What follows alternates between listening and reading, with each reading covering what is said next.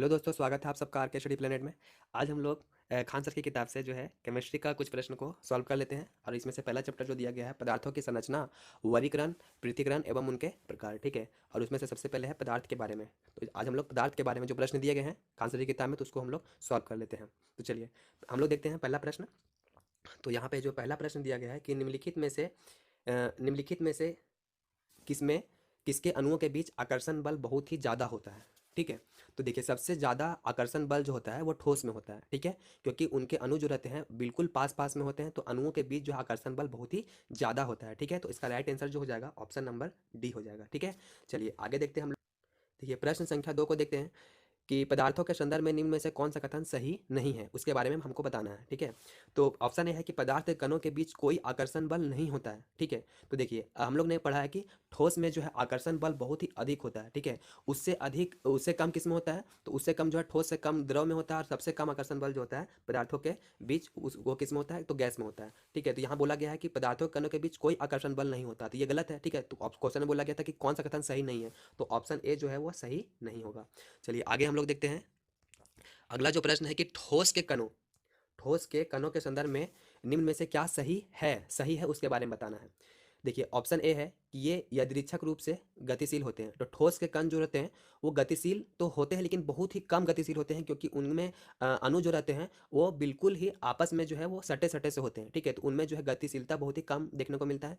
ठीक है, तो यहाँ बोला गया ये यादृच्छिक रूप से मतलब इधर उधर कहीं भी गति कर सकते हैं गैस की तरह, तो ये ठोस में ये गुण जो है नहीं होता है, तो ये ऑप्शन ए भी नहीं होगा। उसके बीच बड़े अंतराल होते हैं, तो ठोस के बीच जो है बहुत काफ़ी अंतराल होता है, ये ऐसा तो नहीं है। ठीक है, ऑप्शन सी है कि व्यवस्थित तरीके से विन्यासित होते हैं।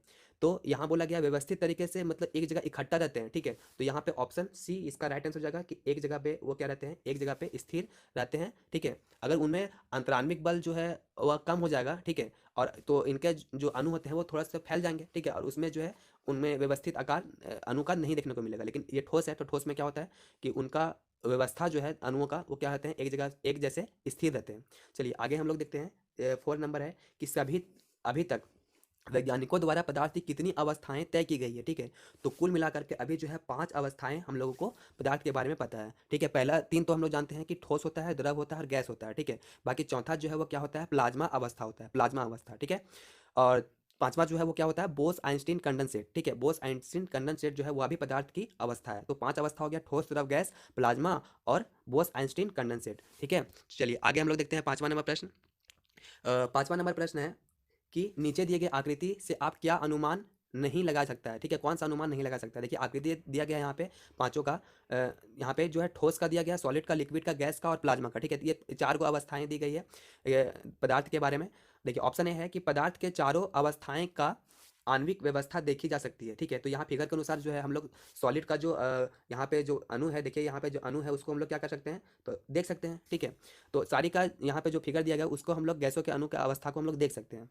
बी नंबर है, तो ऑप्शन ए जो है वो सही है। ठीक है, और बी नंबर है कि प्लाज्मा एक तरल पदार्थ है जो कि शरीर के सभी कोशिकाओं में मौजूद रहता है। ठीक है, देखिए तो अगर हम लोग बायोलॉजी के अनुसार देखें तो प्लाज्मा जो है वो किसका भाग होता है, तो रक्त का, यानी कि प्लाज्मा जो है वो रक्त का भाग होता है। ठीक है, तो यहाँ पे देखिए फिगर के अनुसार जो है यहाँ रक्त संबंधित जो है फिगर यहाँ पे दिया नहीं गया है, तो ऑप्शन बी जो है वो क्या है, यहाँ पे गलत होगा। ये प्लाज्मा एक तरल पदार्थ है। ठीक है, तरल पदार्थ है जो सभी कोशिकाओं में होता है। ठीक है, रक्त में होता है। ठीक है, तो यहाँ पे बायोलॉजी से संबंधित यहाँ पे प्रश्न दिया गया है, जबकि फिगर जो है वो केमिस्ट्री से है, तो ये बी नहीं होगा। ठीक है, चलिए आगे हम लोग देखते हैं 6ठा नंबर प्रश्न कि डैश विसरण अधिक 6ठा नंबर प्रश्न है कि डैश में विसरण अत्यधिक तीव्रता से होता है।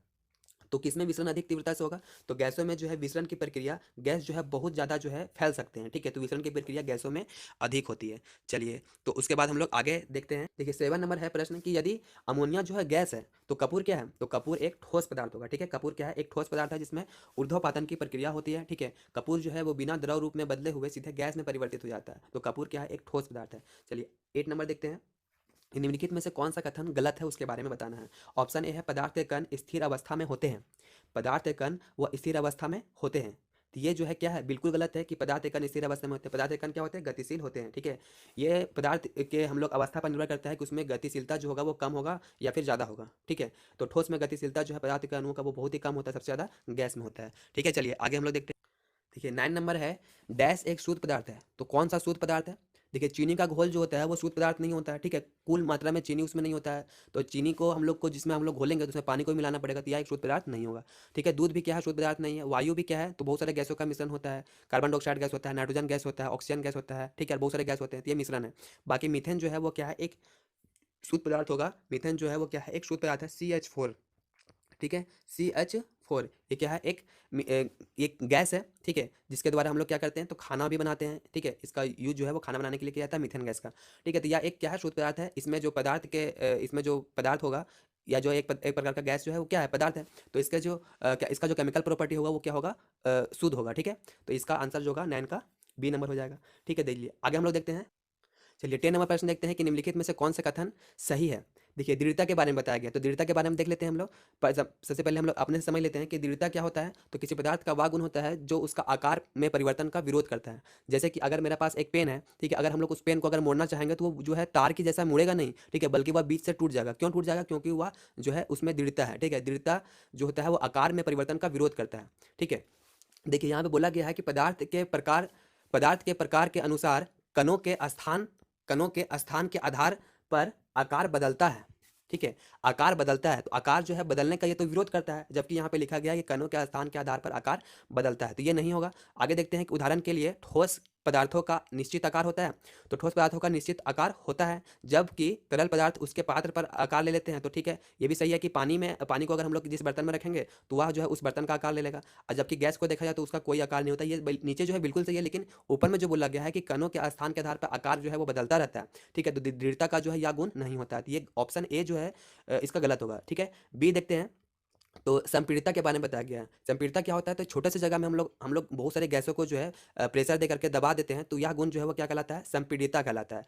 तो देख लेते हैं यहाँ पे कि यह पदार्थों का वह गुण है जिसके कारण उच्च दाब पर उसका आयतन जो है, यानी कि लंबाई चौड़ाई ऊंचाई जो है वो कम हो जाता है, तो ये जो है गैसों में पाया जाता है, या जो है सही है, यानी कि ऑप्शन 10 का बी जो होगा वो सही होगा। तो इसके लिए ऑप्शन सी जो है वो केवल बी ही सत्य है, यही सही होगा। ठीक है, चलिए हम लोग आगे देखते हैं।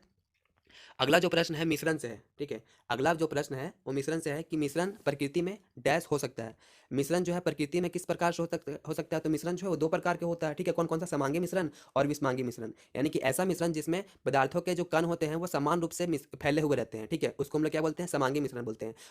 और विषमांगी मिश्रण क्या होता है, तो ऐसा मिश्रण जिसमें क्या होता है, पदार्थ के जो कण रहते हैं वो बिल्कुल एक तरह से फैले नहीं रहते हैं, मतलब समान मात्रा में फैले नहीं रहते हैं। ठीक है, जैसे कि अगर हम लोग चीनी और अगर हम लोग पानी का अगर शरबत बनाते हैं तो उसको जो है कहीं से भी टेस्ट किया जाए तो एक जैसा टेस्ट आएगा। ठीक है, तो चीनी और पानी जो है वो क्या है, एक समांगी मिश्रण है। जबकि विषमांगी मिश्रण को अगर हम लोग देखते हैं, तो अगर हम लोग नमक को और बालू को अगर हम लोग मिला देते हैं, तो अगर हम लोग कहीं से भी अगर एक चुटकी भी अगर वहाँ से अगर हम लोग उस मिश्रण को लेते हैं, तो यह जरूरी नहीं है कि जितना मात्रा में बालू आया है उतना ही मात्रा में उसमें से चीनी भी आएगा। ठीक है, तो यह जो है बिल्कुल समान रूप से फैले हुए नहीं रहते हैं। ठीक है, तो मिश्रण जो है वो दो प्रकार से हो सकता है, समांगी मिश्रण और विषमांगी मिश्रण, यानी कि 11 का जो सी होगा वो बिल्कुल सही होगा कि मिश्रण जो है दो प्रकार के होते हैं, समांगी मिश्रण और विषमांगी मिश्रण। चलिए नेक्स्ट अगला प्रश्न देखते हैं। एक मिश्रण धातु किसका उदाहरण है। एक मिश्र धातु जो है एक किसका उदाहरण, देखिए मिश्र धातु कैसे बनाया जाता है, तो अगर हम लोग दो धातु लेते हैं, जैसे कि पीतल जो किसका किसका मिश्रण है, तो तांबा और जस्ता का मिश्रण है, आपने पढ़ा होगा। तो तांबा और पीतल जो है वो तांबा जस्ता का मिश्रण है। तांबा और जस्ता को जो है वो ठोस अवस्था में होता है, तो उसको जो है टेम्परेचर दे करके जो है गलित अवस्था में लाया जाता है, यानी कि उसको ठोस विलयन बनाया जाता है, और उसके बाद उसको जो है मिला दिया जाता है, तो वह एक मिश्र धातु बनता है जिससे हम लोग पीतल कहते हैं। ठीक है, पीतल जो है तांबा और जस्ता का मिश्रण है, तो यानी कि ये मिश्र धातु क्या है, एक ठोस विलयन होता है, तो 12 का सी होगा आंसर। ठीक है, 12 का सी होगा। चलिए हम लोग आगे देखते हैं। निम्नलिखित में से कौन सा विषमांगी मिश्रण है। विषमांगी मिश्रण है, तो अभी हमने बताया कि जो पूरी तरह से फैले हुए नहीं रहते हैं, ठीक है, उसको हम लोग क्या कहते हैं, विषमांगी मिश्रण कहते हैं, यानी कि विलयन जो होगा या फिर मिश्रण जो होगा उसमें पूरी तरह से फैले हुए नहीं रहते हैं। तो और उसका जो है एक पहचाने का ये भी तरीका है कि वह जो होगा उसका केमिकल प्रॉपर्टी जो है वो चेंज जो है वो हो जाता है। जैसे देखिए पीतल जो है, तो पीतल को अगर हम लोग बना देते हैं, पीतल जो है वो क्या है, वो एक ठोस मिश्रण है। ठीक है, ठोस विलयन है, ठोस विलयन का मिश्रण है। पीतल जो है तांबा जस्ता का मिश्रण है। तो अगर हम लोग इसका केमिकल प्रॉपर्टी देखते हैं तो ना ही वह तांबा रहता है और ना ही वह जस्ता रहता है। ठीक है, तो एक नया धातु बन जाता है पीतल, तो यह जो है विषमांगी मिश्रण नहीं होगा। ठीक है, वायु जो है वह भी एक क्या है, इसमें बहुत सारी गैसें होती है, समान रूप से नहीं होती है, तो यानी कि वायु भी नहीं होगा। इसका राइट आंसर जो होगा वो क्या होगा, दूध जो है वो विलयन में जो है क्या होते हैं, जिस विलयन में ये घुलता है वो उसका कलर को जो है चेंज मतलब अपने चेंज नहीं हो जाता है। जैसे कि देखिए अगर हम लोग पानी और चीनी को अगर घोलते हैं तो वो चीनी जो है वो पानी कलर जैसा ही रहेगा। ठीक है, घुलने पर पानी कलर जैसा ही रहेगा, लेकिन दूध को अगर हम पानी में घोलते हैं तो दूध का कलर जो है वो सफ़ेद ही रह जाता है, पानी का कलर वह नहीं बना पाता है, ठीक है, कलर जो है चेंज नहीं हुआ, यानी कि दूध जो है पूरी तरह से पानी में नहीं घुला, ठीक है, इसलिए दूध जो होगा वो क्या होगा, एक विषमांगी मिश्रण होगा, ठीक है। चलिए हम लोग आगे देखते हैं। 14 नंबर प्रश्न है कि निम्नलिखित में से विषम की पहचान कीजिए, अलग कौन है उसके बारे में बताना है। देखिए ऑप्शन ए जो है दूध, वायु, वायु क्या है तो मिश्रण है, ठीक है, दूध भी क्या है विषमांगी मिश्रण है, अभी हम लोग ऊपर देखें, ठीक है, मिश्र धातु क्या है तो यह भी एक मिश्रण है, जबकि जल क्या है तो जल एक यौगिक है, ठीक है, जल क्या है यौगिक है, H2O, H2O जल क्या है एक यौगिक का उदाहरण है, ठीक है। चलिए आगे हम लोग देख लेते हैं अगला जो प्रश्न है 15 नंबर।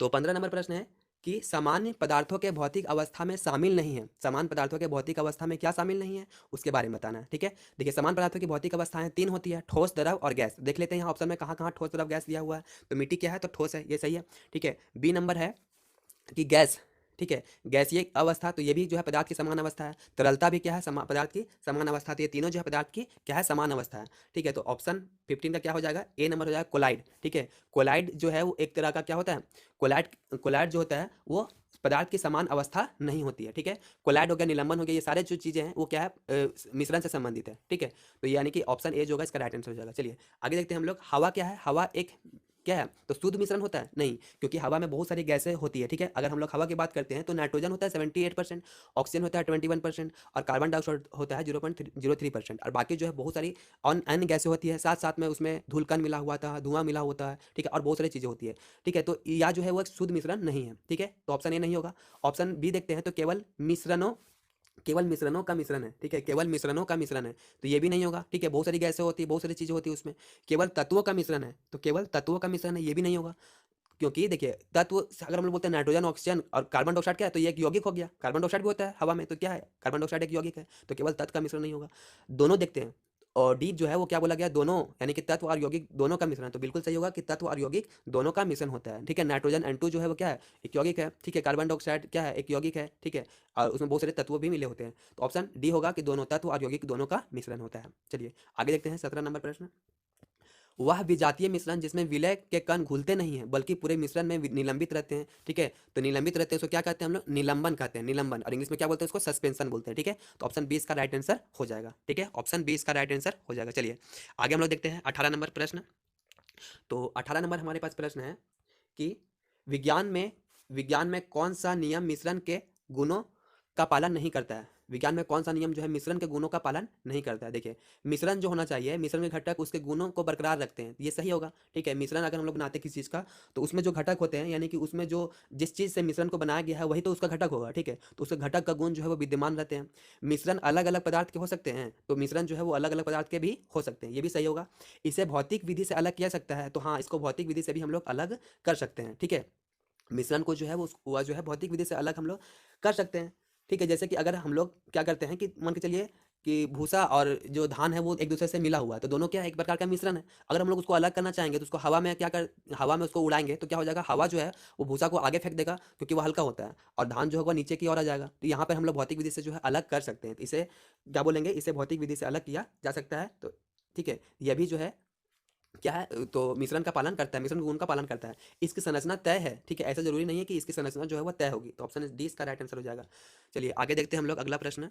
अगला प्रश्न है 19 नंबर है, 19 नंबर है कि जब दो तरल पदार्थ एक दूसरे में घुलते नहीं है और सॉल्यूशन नहीं बनाते हैं तो उसको क्या कहते हैं, ठीक है। जो मिश्रण जो है एक दूसरे में घुलते नहीं है और सॉल्यूशन नहीं बनाता है तो उसको हम लोग क्या बोलते हैं, अमिश्रणीय बोलते हैं, मतलब जो घुलता नहीं है उसको क्या बोलते हैं, अमिश्रणीय बोलते हैं। सॉल्वेंट क्या है, जो चीज़ घुल, जो चीज़ जो है अपने में घोल देता है किसी चीज़ को, ठीक है, उसको क्या बोलते हैं, सॉल्वेंट बोलते हैं। जैसे पानी, अगर हम लोग पानी और चीनी का बात करते हैं तो पानी में जो है हम लोग चीनी को घोल देते हैं, तो घोलने वाला कौन है, तो पानी है, तो पानी क्या हो गया, सॉल्वेंट, और जो चीज़ घुल जाता है वो क्या होता है, सॉल्यूट, यानी कि इसमें जो चीनी होगा वो क्या हो जाएगा, सॉल्यूट हो जाएगा, ठीक है, जो घुलता है उसको सॉल्यूट, जो घुलता है उसको सॉल्वेंट।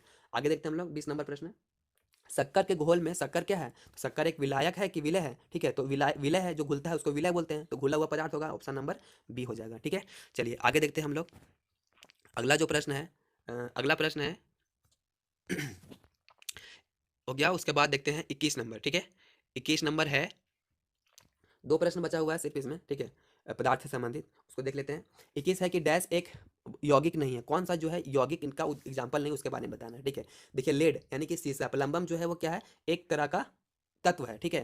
चौक की बात करते हैं तो चौक में क्या होता है, बुझा हुआ चूना, नहीं, कैल्शियम हाइड्रोक्साइड, कैल्शियम हाइड्रोक्साइड होता है, तो क्या है यह एक यौगिक है, ठीक है। और हाइड्रोजन सल्फाइड को देखते हैं, तो हाइड्रोजन सल्फाइड में क्या है, एक यौगिक है H2S, क्या है, एक यौगिक है, ठीक है। सल्फर डाइऑक्साइड देखते हैं तो SO2, ठीक है, SO2, तो ये क्या होता है, यौगिक होता है। यौगिक किसको बोलते हैं, जब दो तत्व या दो तत्व जो है एक दूसरे से मिल जाते हैं उसको क्या कहते हैं, यौगिक कहते हैं। जैसे सल्फर ऑक्सीजन दोनों मिला हुआ है यहाँ पे, तो सल्फर डाइऑक्साइड बन गया है, ठीक है। यहाँ हाइड्रोजन और सल्फर मिला हुआ है, दो तत्व मिले हुए हैं, तो यहाँ पर भी यौगिक बना हुआ है, ठीक है। यहाँ पे कैल्शियम और यहाँ पे हाइड्रोक्साइड जो है दोनों मिले हुए हैं, यहाँ पे दो चीज़ है, ठीक है, ऑक्सीजन हाइड्रोजन ये भी यौगिक है और कैल्शियम भी यौगिक है। तो यौगिक यौगिक या फिर तत्व तत्व, अगर दोनों को मिला देते हैं तो तत्व या यौगिक के मिलने से या फिर यौगिक को यौगिक से मिलने से भी यौगिक का निर्माण हो सकता है। तो यहाँ पे देखिए पीबी जो है, लेड जो है वो क्या है, एक तत्व है। इसको हम लोग अवयव सारणी में देख सकते हैं, तो ये क्या है, एक तत्व है, ठीक है। चलिए आगे हम लोग देखते हैं। तो अगला प्रश्न है 22 नंबर की, रेत और चीनी का मिश्रण डैश का एक उदाहरण है। रेत और चीनी का मिश्रण किसका उदाहरण है, तो रेत और चीनी जो है उसका दोनों का केमिकल प्रॉपर्टी जो होता है वो अलग अलग होता है, ठीक है। तो यह क्या है, एक विजातीय मिश्रण है। इस तरह से हम लोग जो है 22 प्रश्न को सॉल्व कर लिए हैं। तो आगे जो है धातु अधातु एवं उपधातु से संबंधित प्रश्न दिए गए हैं केमिस्ट्री में, उसको हम लोग अगले वीडियो में कवर करेंगे, ठीक है। तो उसमें जो प्रश्न है करीब जो है 20 प्रश्न दिए गए हैं धातु अधातु एवं उपधातु से, उसको भी हम लोग कवर करेंगे, ठीक है। तो चलिए फिर